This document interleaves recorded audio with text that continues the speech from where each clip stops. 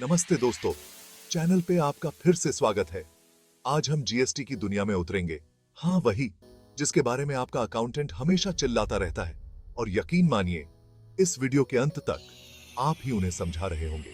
GST यानी goods and services tax उस दोस्त की तरह है जो सबको एक पार्टी के लिए इकट्ठा करने की कोशिश करता है। इस मामले में ये भारत के सभी अलग अलग टैक्स हैं। यह हमारी अर्थव्यवस्था के लिए बहुत बड़ी बात है और इसे समझना आपके द्वारा उचित मूल्य चुकाने और पूरी तरह से ठगे जाने के बीच का अंतर हो सकता है। तो तैयार हो जाइए, चाय और पकौड़े लीजिए और जीएसटी के ज्ञान में डूब जाइए। चलिए दोस्तों, जीएसटी के अलग अलग रूपों से शुरुआत करते हैं। सबसे पहले हमारे पास सीजीएसटी है जो केंद्र सरकार के साथ रहता है। फिर आता है एसजीएसटी जो राज्य सरकार का टैक्स कलेक्टर है। जब आप वह फोन किसी दूसरे राज्य से ऑनलाइन खरीदते हैं तब आता है आईजीएसटी। तो ये रहे आपके सामने सीजीएसटी, एसजीएसटी, आईजीएसटी और यूटीजीएसटी, जीएसटी के 4 योद्धा।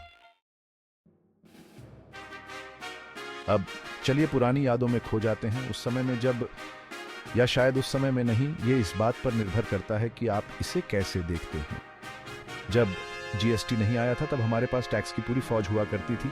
Sales tax, excise duty, VAT, ये एक कभी न खत्म होने वाला भ्रम का बुफे था। व्यवसाय कागजी कार्रवाई में डूब रहे थे और उपभोक्ता, हम तो बस पैसे देते जा रहे थे। फिर आया 2017 में जीएसटी, एक हीरो की तरह हमें बचाने के लिए, या कम से कम योजना तो यही थी। ये अभी भी बन रहा है, लेकिन हर अच्छी प्रेम कहानी थोड़ी अराजकता से ही तो शुरू होती है ना? चलिए इतिहास प्रेमियों, अपनी कॉपियां निकाल लीजिए, क्योंकि अब समय आ गया है टाइमलाइन का। जीएसटी का विचार सबसे पहले 2000 में आया था। सालों तक चर्चा, बहस और फिर चर्चा के बाद आखिरकार 2016 में जीएसटी बिल पास हुआ और 1 जुलाई 2017 को इसे लागू कर दिया गया। तब से इसमें नियमित रूप से अपडेट, बदलाव और स्पष्टीकरण आते रहे हैं, क्योंकि ऐसा लगता है कि टैक्स वाले भी कहानी में थोड़ा ट्विस्ट लाना चाहते हैं। अभी के लिए इतना जान लीजिए कि जीएसटी की कहानी अभी खत्म नहीं हुई है। तो जीएसटी ने वास्तव में किसकी जगह ली? एक ऐसी मेज की कल्पना करो जिस पर तरह तरह के अजीब-ओ-गरीब टैक्स भरे हुए हैं। आपके पास वीएटी है, सीएसटी है, सर्विस टैक्स है, एक्साइज ड्यूटी है और ढेर सारे ऐसे टैक्स हैं जिन्हें शायद टैक्स कलेक्टर भी पूरी तरह से नहीं समझते थे। जीएसटी एकदम बॉस की तरह आया और बोला, बस बहुत हुआ, अब चीजों को आसान बनाने का समय आ गया है। और बस यूं ही उन सभी भ्रमित करने वाले टैक्स को हटा दिया गया और उनकी जगह एक ही टैक्स सिस्टम ले आया गया। अब मिलिए उन बड़े लोगों से जो इस काम को संभालते हैं। जीएसटी काउंसिल टैक्स की दुनिया के एवेंजर्स की तरह है, जो व्यवस्था बनाए रखने और यह सुनिश्चित करने के लिए इकट्ठा हुए हैं कि सब कुछ सुचारू रूप से चले। इस काउंसिल में केंद्र और राज्य दोनों के प्रतिनिधि होते हैं, क्योंकि हाँ, सुपर हीरो को भी सहयोग की जरूरत होती है ना? यह काउंसिल जीएसटी दरें यह तय करने के लिए जिम्मेदार है कि किन वस्तुओं पर कितना टैक्स लगेगा और आमतौर पर जीएसटी से जुड़े सभी मामलों में फैसला लेती है। यह एक रियलिटी टीवी शो की तरह है, लेकिन इसमें चिल्लाहट कम और टैक्स के मायने ज्यादा होते हैं। अब सबसे बड़ा सवाल, क्या आपको जीएसटी देना होगा? अगर आप एक ऐसे बिजनेस के मालिक हैं जिसका टर्नओवर एक निश्चित सीमा से ज्यादा है, तो जवाब शायद हाँ है। अच्छी खबर यह है कि जीएसटी एक खपत आधारित कर है, जिसका अर्थ है कि आप केवल उस मूल्य पर कर का भुगतान करते हैं जो आप किसी उत्पाद या सेवा में जोड़ते हैं। तो अगली बार जब आप चेकआउट काउंटर पर हों और आप अपने बिल पर जीएसटी की राशि देखें, तो याद रखें, आप राष्ट्र निर्माण प्रक्रिया में योगदान दे रहे हैं। स्वागत है आपका। जीएसटी की भूल भुलैया, यह वास्तव में कैसे काम करता है? ठीक है, मैं मानता हूं जीएसटी सिस्टम थोड़ा भ्रमित करने वाला हो सकता है, लेकिन चिंता न करें, हम यहां आपको इसके माध्यम से मार्गदर्शन करने के लिए हैं।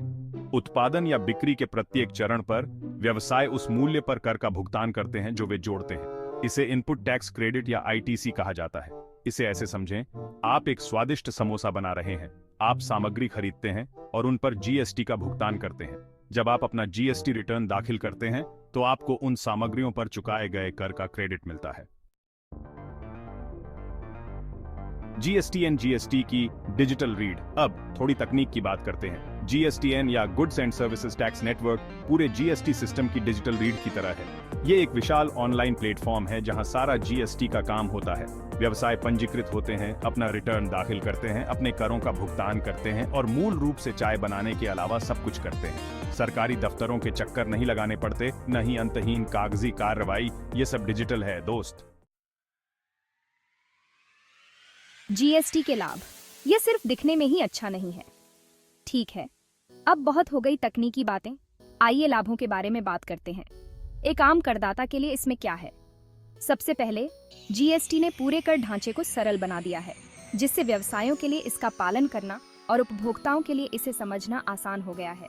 साथ ही इसने आर्थिक विकास को बढ़ावा दिया है, हमारे व्यवसायों को और अधिक प्रतिस्पर्धी बनाया है और आमतौर पर सभी के लिए जीवन को थोड़ा आसान बना दिया है। क्या आपने कभी सोचा है कि करदाता को कैसे पता चलता है कि उस अजीबो-गरीब उत्पाद पर कितना जीएसटी चार्ज करना है जो आपने अभी ऑनलाइन खरीदा है? खैर, इसका जवाब HSN कोड की जादुई दुनिया में छिपा है। प्रत्येक उत्पाद का एक विशिष्ट HSN कोड होता है और यह कोड उस जीएसटी दर को निर्धारित करता है जो लागू होगी। तो अगली बार जब आप ऑनलाइन ब्राउज कर रहे हों और आपको उत्पाद विवरण के आगे कुछ यादृच्छिक संख्याएं दिखाई दें, तो डरे नहीं, वह HSN कोड है जो अपना काम कर रहा है। अब सच्चाई का सामना करने का समय। आप वास्तव में कितना जीएसटी चुका रहे हैं? खैर, ये इस बात पर निर्भर करता है कि आप क्या खरीद रहे हैं मेरे दोस्त। भारत में जीएसटी दरें 4 मुख्य स्लैब में विभाजित हैं: 5%, 12%, 18% और 28%। अनाज और दवाओं जैसी आवश्यक वस्तुएं सबसे कम स्लैब के अंतर्गत आती हैं, जबकि कारों और इलेक्ट्रॉनिक्स जैसी विलासिता की वस्तुओं पर सबसे अधिक दर लगती है। और फिर तंबाकू और शराब जैसी चीजों पर कुख्यात पाप कर लगता है, क्योंकि जाहिर तौर पर सरकार चाहती है कि आप स्वस्थ और अमीर बने, लेकिन बहुत खुश नहीं। जीएसटी के जंगल में खोया और भ्रमित महसूस कर रहे हैं? चिंता न करें, आप अकेले नहीं हैं। यहाँ तक कि अनुभवी कर पेशेवरों को भी कभी-कभी मदद की जरूरत होती है। यहीं से जीएसटी हेल्पलाइन काम आती है। जीएसटी से संबंधित सभी चीजों के लिए आपकी वन स्टॉप शॉप। बस फोन उठाइए, जादुई नंबर डायल कीजिए और मित्रवत और जानकार कर विशेषज्ञों की एक टीम आपकी सहायता के लिए तैयार रहेगी। जीएसटी नवीनतम अपडेट टैक्स के खेल में आगे रहें। संभल जाइए दोस्तों, क्योंकि जीएसटी की दुनिया लगातार बदल रही है। सरकार हमेशा नियमों में बदलाव करती रहती है, नए अपडेट पेश करती रहती है और आमतौर पर हमें चौकन्ना रखती है। हम अपने चैनल को सभी नवीनतम जीएसटी समाचारों और विश्लेषणों के साथ नियमित रूप से अपडेट करते रहेंगे, ताकि आप टैक्स के खेल में आगे रहें और किसी भी अप्रिय आश्चर्य से बच सकें। जीएसटी संग्रह में वृद्धि, इसका क्या मतलब है? याद है फरवरी 2024 में जब सकल जीएसटी संग्रह में 12.5% की वार्षिक वृद्धि देखी गई थी। हाँ, वो बहुत बड़ी बात थी। अधिक जीएसटी संग्रह का अर्थ है अधिक व्यावसायिक गतिविधि, जिसका अर्थ है एक स्वस्थ अर्थव्यवस्था। जीएसटी संग्रह में वृद्धि का मतलब यह भी है कि सरकार के पास स्वास्थ्य सेवा, शिक्षा और बुनियादी ढांचे जैसी सार्वजनिक सेवाओं में निवेश करने के लिए अधिक संसाधन है। जीएसटी अक्सर पूछे जाने वाले प्रश्न, आपके सभी सवालों के जवाब। हमने इस वीडियो में बहुत कुछ कवर किया है, लेकिन मुझे यकीन है कि आपके मन में अभी भी जीएसटी के बारे में कुछ सवाल होंगे। चिंता न करें, मैं आपके लिए सब कुछ लेकर आया हूं। इस अंतिम अध्याय में हम जीएसटी के बारे में अक्सर पूछे जाने वाले कुछ सवालों के जवाब देंगे। जीएसटी क्या है?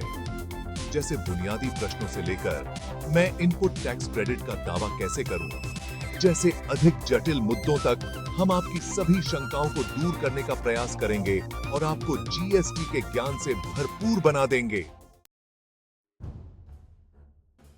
जीएसटी एक्सप्लेन्ड ताकत आपके हाथ में है।